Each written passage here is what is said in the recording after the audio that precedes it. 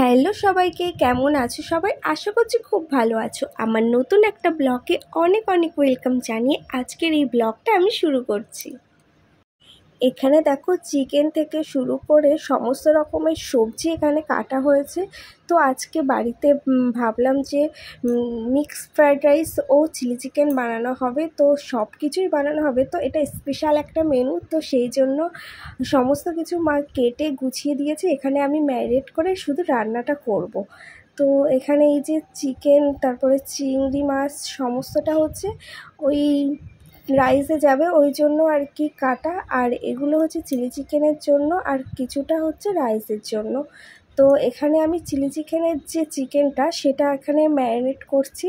তো সমস্ত যা যা মশলা দিতে হয় আর কি, নুন থেকে শুরু করে নুন, গোলমরিচের গুঁড়ো, হালকা একটু লবণ, আদা রসুন, আর হচ্ছে ভিনিগার, সয়া সস, কর্নফ্লাওয়ার, ডিম সমস্তটা একসাথে দিয়ে ম্যারিনেট করে রেখে দেবো আধ ঘন্টা। আমার কাছে যেহেতু টাইম ছিল না, সেহেতু আমি আধ ঘন্টা এখানে ম্যারিনেট করে রেখে দিয়েছি। তো তোমাদের কাছে যদি টাইম থাকে তো অবশ্যই এটা 1 ঘন্টা ম্যারিনেট করে রাখতে হবে।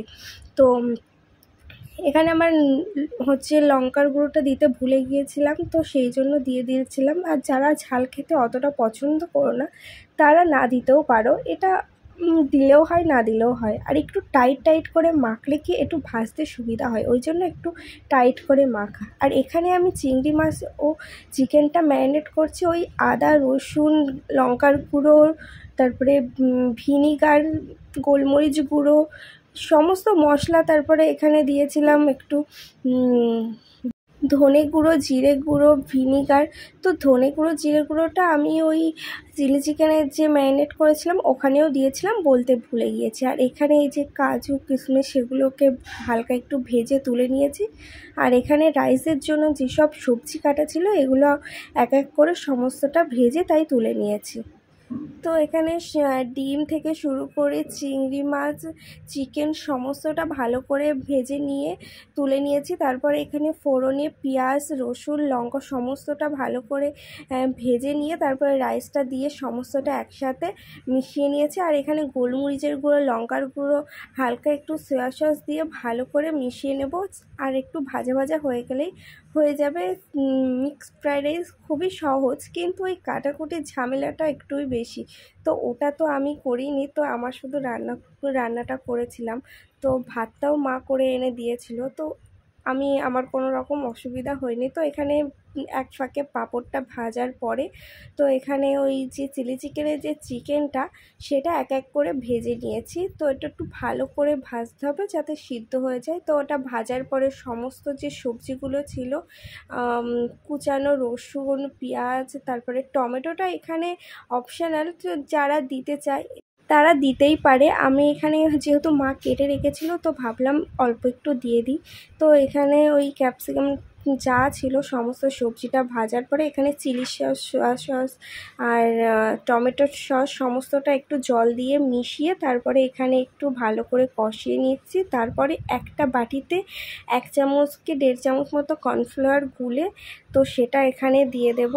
আর চিনি ব্যবহার করতে হবে, হালকা একটু চিনি, গোলমরিচ গুঁড়ো। আর যেহেতু সসে লবণ থাকে তো লবণের পরিমাণটা একটু বুঝেই দিতে হবে। তো এখানে একটু লবণ লেগেছিলো, তো যেহেতু জল দেওয়া হয়েছিল তো একটু লবণও দিয়েছিলাম সবার লাস্টে। তো এইসব রান্নাগুলো খুবই সহজ, যদি না ওই ভাজা কাটার ব্যাপারটাই হচ্ছে করতে করতে টাইম চলে যায় সমস্তটা, কিন্তু রান্না করতে খুবই সহজ। তো এখানে চাটনির জন্য আম সিদ্ধ বসিয়ে দিয়েছি, তো ওটা কিন্তু মা করেছে। আর এখানে বাগানে আমি একটু ঘুরতে এসেছি, এটা হচ্ছে আমাদের বাগান, তোমাদের সাথে তো কখনোই শেয়ার করা হয়নি, তো এটা প্রথম আর কি শেয়ার করছি। আর বৃষ্টি হয়েছে যেহেতু চারিদিকটা ভিজে আছে আর সবুজে সবুজ, বৃষ্টির পরে যে সবুজ হয়ে যায় চারিপাশটা, দেখতে দারুণ লাগে। তো এখানে ওই জন্য একটু ঘুরতে এসেছি রান্না টান্না হয়ে যাওয়ার পরে। তো এখানে আমি আর আমার বোন দুজনে একটু ঘোরাঘুরি করছি। তো এখানে ঘোরাঘুরির শেষে ভাবলাম ও স্নানে চলে গিয়েছে, তো আমার এখানে টুকটাক কিছু কাজ ছিল, তো সেগুলো করছিলাম। আর এই যে চাটনি, এটা মা করেছে, তো ভালো হয়েছে। আর এখানে এই যে আমি স্যালাডগুলো কেটে নিয়েছিলাম, যেহেতু সবাই স্নান করতে গিয়েছে আর আমি বসেই ছিলাম, তো সেই জন্য ভাবলাম কাজগুলো এগিয়ে রাখি।